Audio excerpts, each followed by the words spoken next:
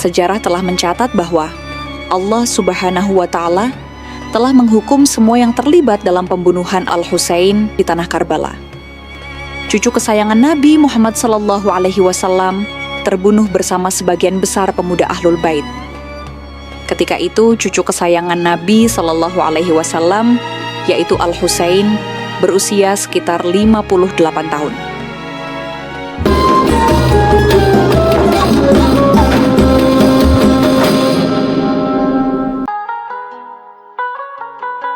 Assalamualaikum warahmatullahi wabarakatuh. Sahabat Medina yang beriman. Perang Karbala terjadi karena ketegangan politik antara dinasti Umayyah yang dipimpin oleh Yazid bin Muawiyah dan Husain bin Ali, cucu Nabi Muhammad yang dikenal dengan keberaniannya. Ketika Yazid naik tahta, ia memaksa Husain untuk mengakui kekuasaannya. Namun, Husain menolak karena tidak melihat Yazid sebagai pemimpin yang sah dan adil. Penolakan ini akhirnya memicu konflik yang memuncak di Padang Karbala, yang terletak di dekat kota Kufah, Irak. Pertempuran ini terjadi pada 10 Muharram, yang sekarang diperingati sebagai Hari Asyura. Pasukan Al-Husain yang hanya terdiri dari sekitar 72 orang, melawan ribuan pasukan Yazid. Meskipun jumlah pasukan sangat tidak seimbang, Husain dan pengikutnya menunjukkan keberanian yang luar biasa. Mereka berperang dengan gigih meski tahu bahwa kekalahan sudah di depan mata. Pada pagi hari, tanggal 10 Muharram tahun 61 Hijriah, setelah melaksanakan sholat subuh, beliau bergegas keluar dari tenda dan menaiki kuda putih kesayangannya, yang bernama Zulzanah.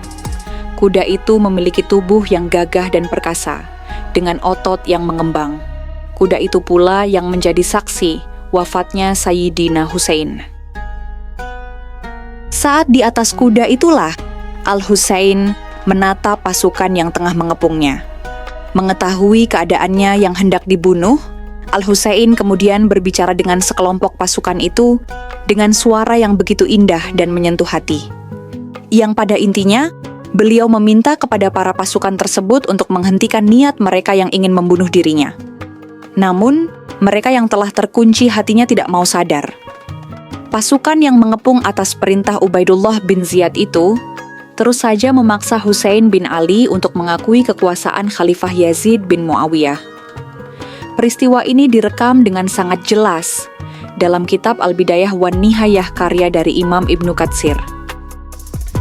Begitu dahsyatnya pertarungan kekuasaan di masa khilafah, dahulu mereka tidak segan membunuh cucu Nabi demi kursi khalifah. Apa mereka sangka bahwa Rasulullah SAW tidak akan tahu tentang peristiwa itu? Lantas apakah mereka yang telah membunuh Al-Husain masih berharap nantinya akan mendapatkan syafaat dari Rasulullah SAW? Jangankan di akhirat, sudah terbukti dalam catatan sejarah bahwa mereka yang telah membunuh Sayyidina Husain langsung mendapatkan azab kontan di akhir hidupnya. Dikutip dari buku Hasan dan Husain The Untold Story, karya Sayyid Hasan Al-Husaini, Az-Zuhri menuturkan, semua orang yang terlibat dalam pembunuhan Al-Husain mendapat hukuman Allah di dunia ini.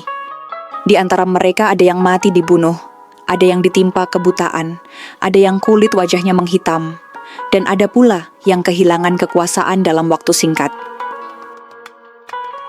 Baiklah, mari kita simak kejadian mengerikan yang terjadi kepada orang-orang terlaknat ini.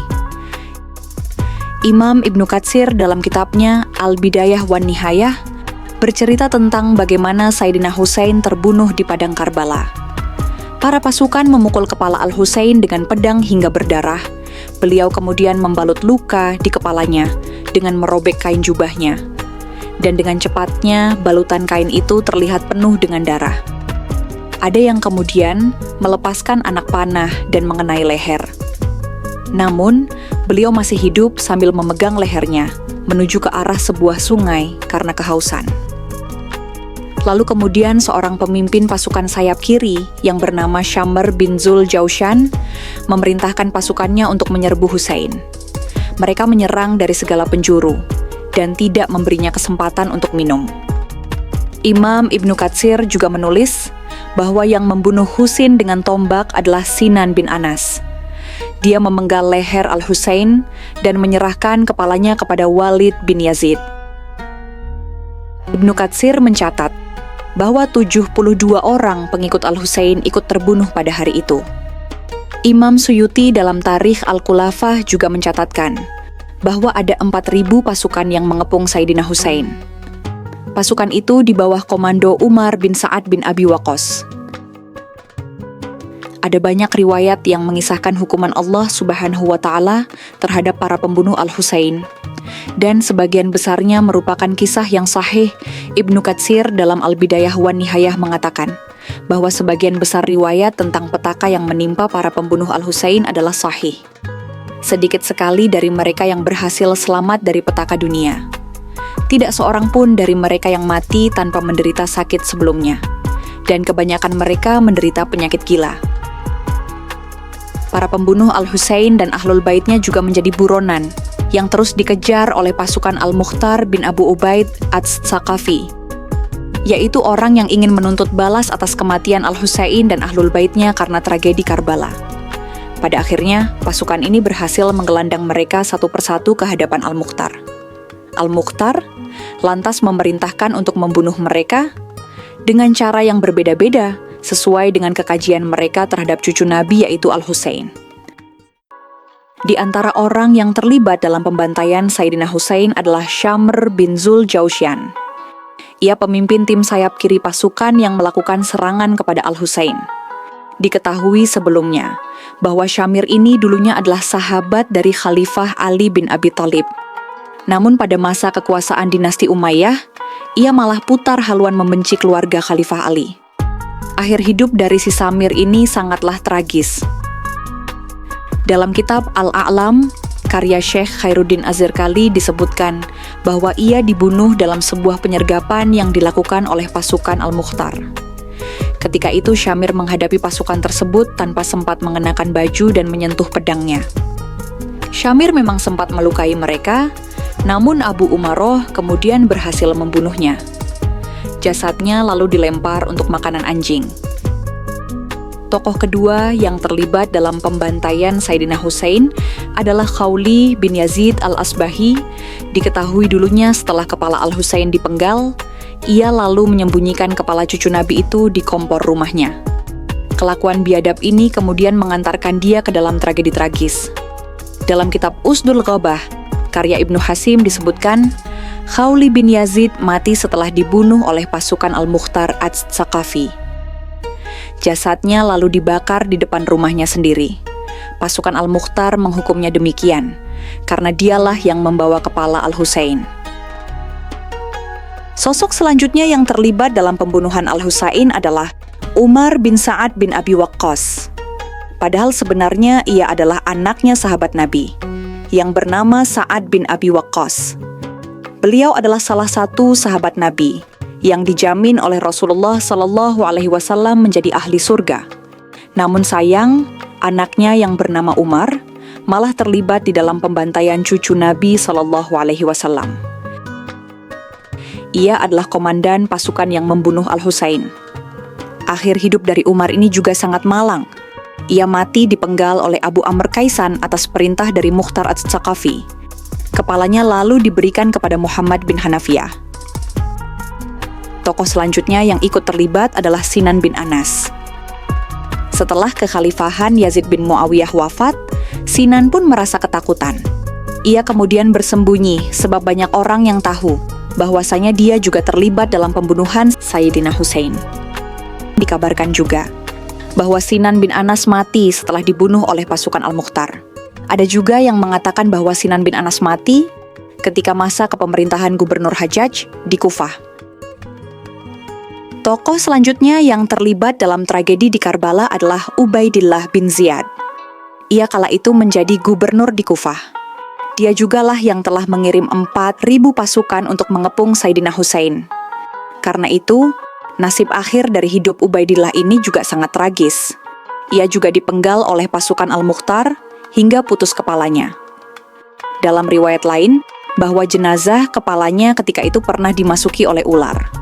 Ular itu tinggal di kepala Ubaidillah hingga beberapa saat, lalu keluar. Kemudian sosok yang terlibat dalam tragedi Karbala selanjutnya adalah Hurmala bin Khalil al-Asadi. Dia dikabarkan yang telah membunuh putra Sayyidina Husain yang masih berumur 6 bulan, yaitu Ali Asgar, saat terjadinya pertempuran di Karbala. Sayyidina Husain sempat meminta air untuk putranya yang sedang kehausan. Namun biadabnya, Hurmala ini malah melesatkan anak panah ke leher bayi tersebut. Di akhir hidupnya, Hurmala bin Khalil ini juga mengalami kisah yang tragis. Ia mati setelah dieksekusi oleh pasukan Al-Mukhtar. Adapun menurut catatan Ibnu Khaldun, Al-Mukhtar terus memburu para pembunuh Al-Husain. Setelah mendapat informasi tentang keberadaan Ubaidullah bin Asad al-Juhani, Malik bin Nasir al-Kindi, dan Hamal bin Malik al-Muharibi, yaitu di wilayah Qadisiyah, ia langsung meringkus dan membunuh mereka. Dia juga menangkap Ziyad bin Malik ad-Dubai, Imran bin Khalid al-Atsari, Abdurrahman bin Abu Hashkah al-Bajali, dan Abdullah bin Qais al-Khawlani. Orang-orang inilah yang dahulu merampas bahan pewarna pakaian yang dibawa Al-Husain. Al-Mukhtar lalu membunuh mereka semua. Abdullah atau Abdurrahman bin Talhah dan Abdullah bin Wahaybi al-Hamdani, yaitu sepupu Al-Amasi, juga ditangkap dan dibunuh. Utsman bin Khalid al-Juhani dan Abu Asma Bishr bin Samith al-Qabisi juga bernasib sama. Keduanya terlibat dalam pembunuhan Abdurrahman bin Aqil dan merampas barang-barang miliknya. Setelah ditangkap, keduanya dibunuh dan dibakar. Atha bin Muslim meriwayatkan dari Ibnu As-Suddi bahwa ayahnya, As-Suddi, bercerita, "Dahulu kami para budak biasa menjajakan tekstil di perkampungan Karbala. Suatu hari, kami bertemu dengan seorang laki-laki yang terlibat dalam pembunuhan Al-Husain. Laki-laki itu berkata, 'Wahai penduduk Kufah, kalian memang pendusta. Kalian bilang bahwa semua orang yang terlibat dalam pembunuhan Al-Husain telah dimatikan Allah dalam kondisi su'ul khotimah atau terbunuh secara keji. Buktinya aku masih hidup, padahal aku berada di tempat kematiannya ketika itu. Bahkan, kini aku mempunyai harta yang paling banyak.' Mendengar itu, kami pun segera menyudahi makan. Ketika itu lentera masih menyala. Pria itu kemudian beranjak untuk mematikan lentera tersebut. Ia berusaha mengeluarkan sumbu lampu dengan jari tangannya, tapi tiba-tiba api menyambar jarinya. Ia berusaha memadamkan api tersebut dengan meniupnya, tetapi ketika jari itu didekatkan ke mulut, api justru menyambar janggutnya. Ia pun berlari ke kolam lalu menceburkan diri ke dalamnya.